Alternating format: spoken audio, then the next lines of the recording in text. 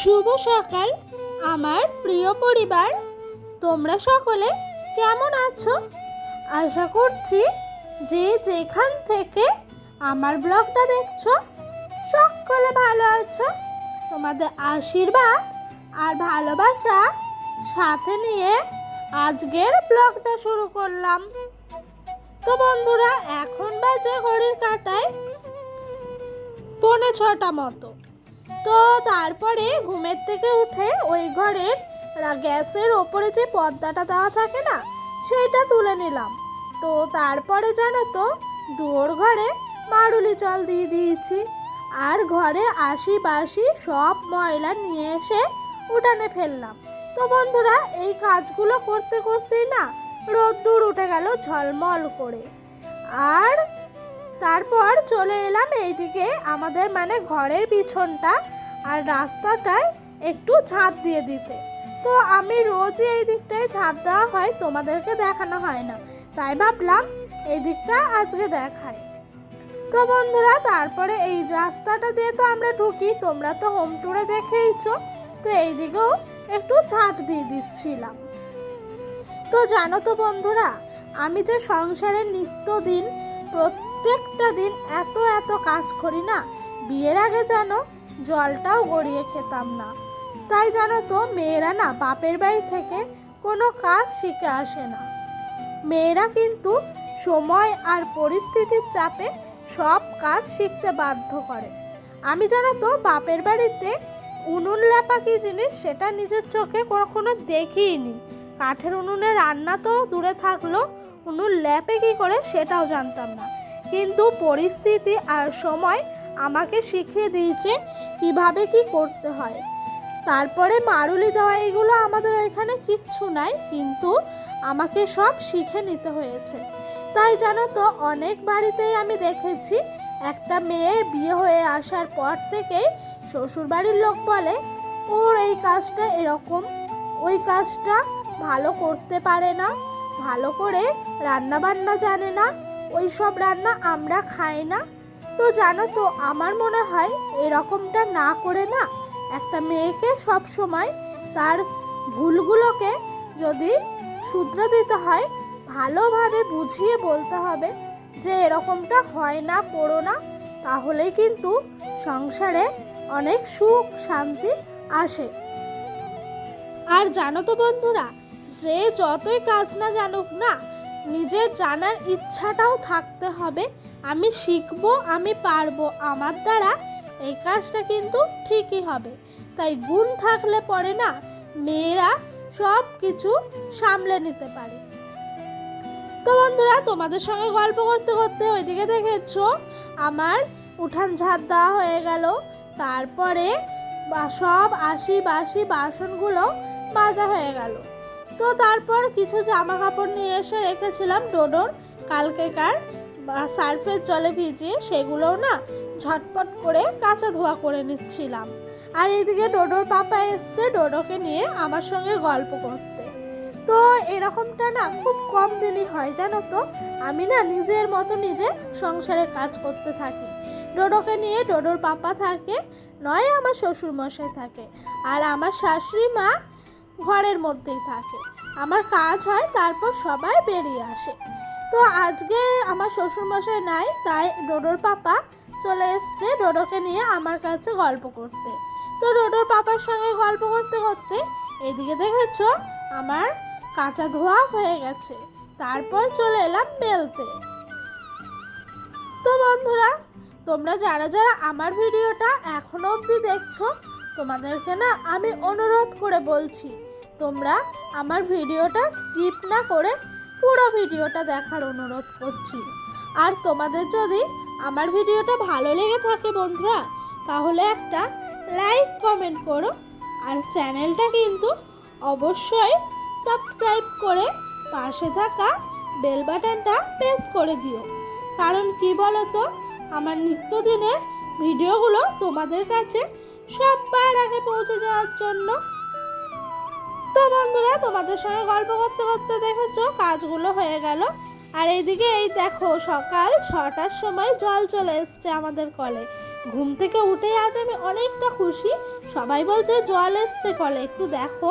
তো সকালবেলায় আমি দেখেছিলাম জানো, তাই গামলাটা পেতে রেখে দিয়েছিলাম যাতে জলগুলো পড়ে ভরে যায়। সত্যি এই জল নিয়ে না অনেক কষ্ট পেয়েছি গো আমি। বিয়ের পর রাস্তার কল থেকে আমাকে জল নিয়ে আসতে হতো। সত্যি মানুষ যদি ধৈর্য আর সময়ের অপেক্ষায় থাকে না, বাস্তবতা কিন্তু অনেক সুন্দর হয়। পরিস্থিতি না মানুষের সব সময় এক থাকে না।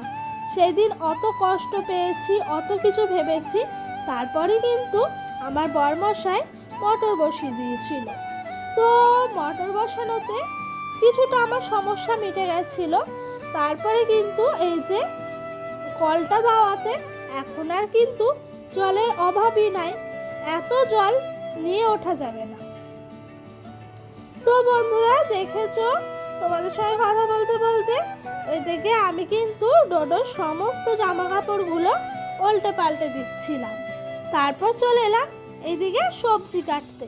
দুপুরে রান্না বসাতে হবে যে, দুপুরে রান্না হবে আজকে সয়াবিন আলুর তরকারি আর গাটি কচুর ঝোল।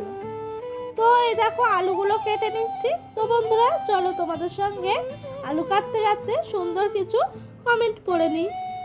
তো দীপসারা বনু বলেছে আমাকে, পিউদি ভাইয়ের ভিডিও দেখতে কার কার ভালো লাগে আমার মতো, সবাই লাইক করো। তো বনু এই কমেন্টটা এত সুন্দর, সত্যি আমি মুগ্ধ হয়ে গেছিলাম গো, এত সুন্দর একটা কমেন্ট। তো বনু সত্যি তুমি খুব ভালো গো, তুমি আমার প্রথম দিন থেকে পাশে আছো, এখনো আছো। আশা করছি তোমার ওপরে ভরসা আর বিশ্বাস আমার দুটোই আছে, তুমি ভবিষ্যতেও আমার পাশে থাকবা। তো দেখেছো বন্ধুরা, ওইদিকে আলু কাটা হয়ে গেল, এইদিকে কিন্তু খুব গরম পড়েছে, তাই ডোডোর পাপা বলছে একটু ঠান্ডা হওয়ার জন্য আইসক্রিম নিয়ে এলো। তো আইসক্রিম খেয়ে স্নান টান সারলাম, সারার পর ঠাকুরগুলোকেও পুজো দিতে চলে এলাম। তো এই দেখো গাঁদা ফুলের মালা, গাঁদা ফুলের মালাটা কিন্তু নষ্ট হয়ে গেছে জানো তো। ডোডোর পাপা সেই বিশ্বকর্মা পুজোর সময় নিয়ে এসেছিল, তো তখন থেকে দু একটা করে ঠাকুরকে দেওয়া হয়েছে, বেশি করে না দিয়ে দেওয়া উচিত ছিল জানো তো। তাই ফুলগুলো আজকে পুজো দিতে গিয়ে দেখছি পুরোই নষ্ট হয়ে গেছে। তো দু একটা ফুল যেগুলো ভালো ছিল সেগুলো ঠাকুরকে দিলাম, আর খারাপ ফুলগুলো কিন্তু সব ফেলে দিলাম। তো বন্ধুরা এইদিকে পুজো দিচ্ছিলাম, ওইদিকে ডোডোর পাপা ফোন দেখছিল আর আমাকে বলছিল তোমার পুজো দেওয়া তো আমি সেরকমভাবে কোনোদিন দেখি না, আজকে একটু দেখি। তাই ও বসে বসে আমার পুজো দেওয়া দেখছিল।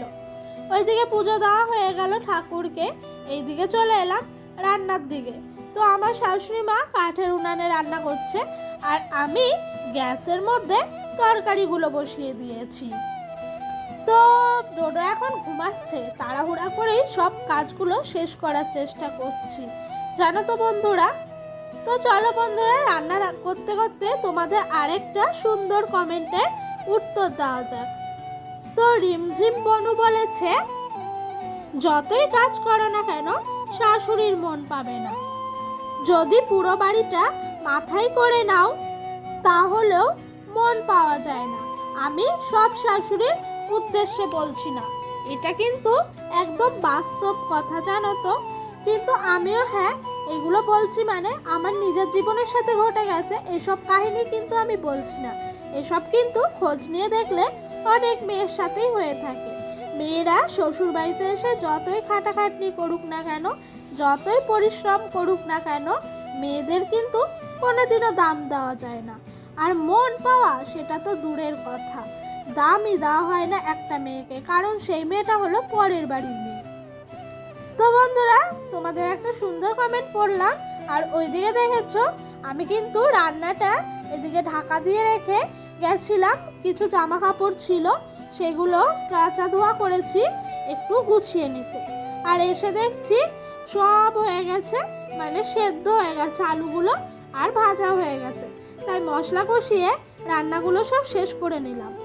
তারপর যেন ডোডো আজ তাড়াতাড়ি ঘুমিয়ে গেছে, তাই ওকে স্নান করানো হয়নি। তো আজকে ও ঘুমের থেকে ওঠার পর ওকে স্নান করালাম, স্নান করিয়ে ভাত খাইয়ে টিপ পরিয়ে পরিষ্কার পরিচ্ছন্ন করে ওকে নিয়ে চলে এলাম একটু ওষুধ খাওয়াতে। ওর জানো তো শরীর খারাপ, একটু পেটটা খারাপ হয়েছে, তার সাথে গ্যাস অম্বল হয়েছে। তাই ভাবলাম এই যে গ্যাসের ওষুধটা ছিল, ডোডোর পাপা ডাক্তার দেখিয়ে নিয়ে এলো, ওই গ্যাসের ওষুধটা একটু খাইয়ে দিতে। আর ডোডোর ওষুধটা এত টেস্ট লেগেছে, ও আরও খাবে জানো বন্ধুরা। আমি বলছি আর নাই, ও শুনছেই না। তো ডোডোকে অনেক ভুলিয়ে ভালিয়ে এইদিকে চলে এলাম দুপুরের খাবার খেতে। আজ কিন্তু ডোডোর পাপার আমার শাশুড়ি মার সববার খাওয়া হয়ে গেছে, আমি কিন্তু সবার শেষে খেতে এসেছি। কারণ কি বলতো, ডোডো দেরি করে ঘুমের থেকে উঠেছে, আর ওকে খাওয়াতে তো অনেক টাইম লাগে, সেই জন্য কিন্তু আমার খেতেও অনেক লেট হয়েছে। তো এই দেখো কচুর তরকারি, আর ওইখানে রয়েছে সয়াবিন আলুর তরকারি। তারপর ডোডোর পাপা সন্ধেবেলা আমাকে একটা কেক এনে দিল। তো বন্ধুরা, আজকের ভিডিওটা এই পর্যন্তই।